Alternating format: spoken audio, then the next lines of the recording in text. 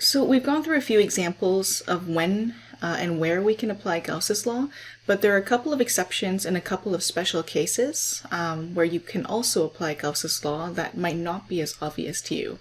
So we're going to go through these two cases and then walk you through an example so that you can understand that Gauss's law can be applied to just more than some of the regular conditions and cases. Now, we've taken a look at how we can apply certain Gaussian surfaces to a point charge, an infinite line charge, and also an infinitely charged plane. So we've used a spherical Gaussian surface, we've used a cylindrical Gaussian surface, and we've also used a rectangular box or a pillowbox Gaussian surface. But there are some other special cases of Gauss' law that can be applied to electric fields, and that's what we're going to go through now. And we're going to go through two specific cases. So case number one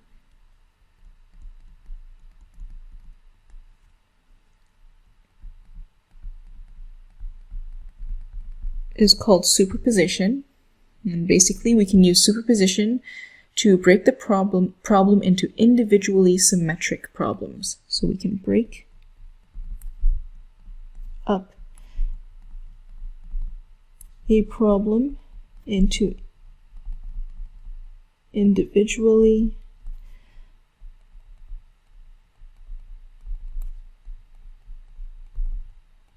symmetric problems. And then after we do that, we can apply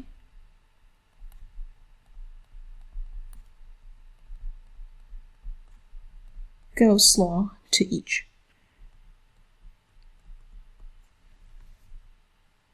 Now, the only issue is when you break up your problem into individually symmetric problems, you have to make sure that each of those individually symmetric problems can actually have Gauss' law applied to them to calculate the electric field.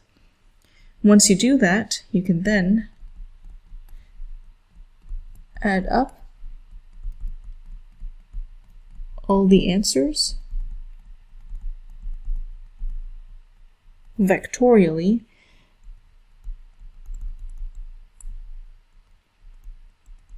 to get the total electric field.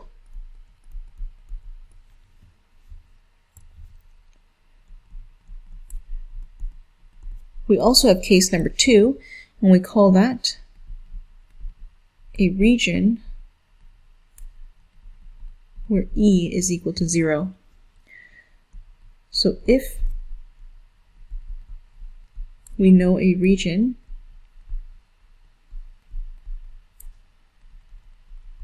where the electric field is equal to 0, then we place a Gaussian surface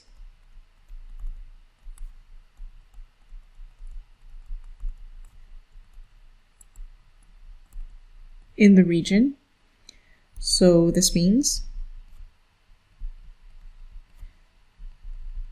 if the electric field is equal to 0, then obviously the flux is going to be equal to 0. And this is very useful when asymmetry exists. So that means there are a different number of positive and negative charges present.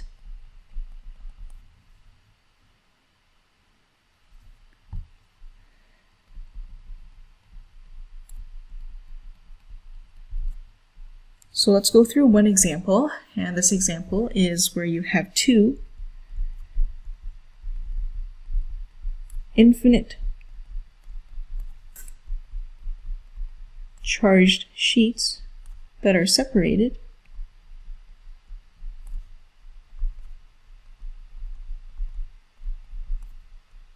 by a distance d. The top sheet has a uniform surface charge density plus rho naught, while the bottom is negative rho naught. So one's positive and one's negative. And we want to calculate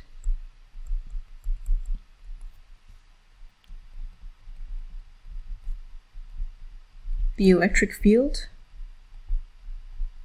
everywhere in space.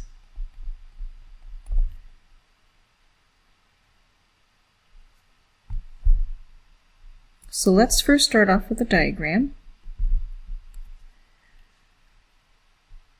I know I have an infinitely charged sheet at the top that has a surface charge density of rho naught. I also have a negatively charged sheet at the bottom with a negative charge density, and these two are separated by a distance d.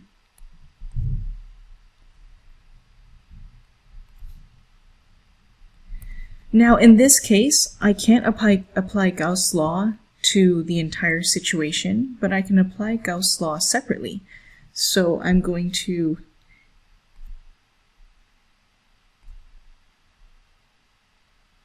separate them into two problems. This is going to be an infinite sheet that's positive, so it has plus positive charge density, and this is an infinite negatively charged sheet. And so I'm going to take a look at each one separately and apply Gauss' law, and from that we know that there's going to be an electric field coming out radially, or not radially, on each side of the sheet.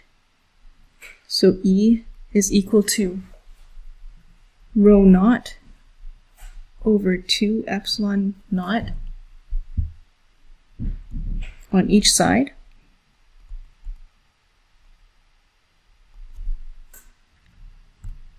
And because it's positive, the electric field is going to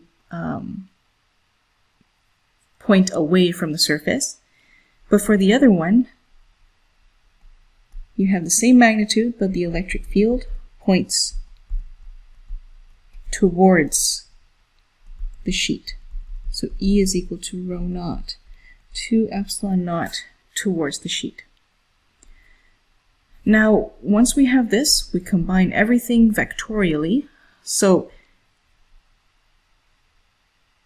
in this case, when we take a look in the region between the two sheets, so the E field between the two sheets is going to be E,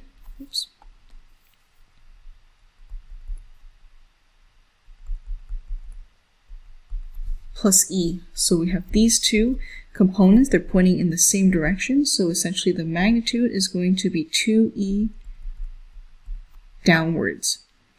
So this is equal to rho naught over epsilon naught. So the magnitude of this is rho naught over epsilon naught. Now, we have these two.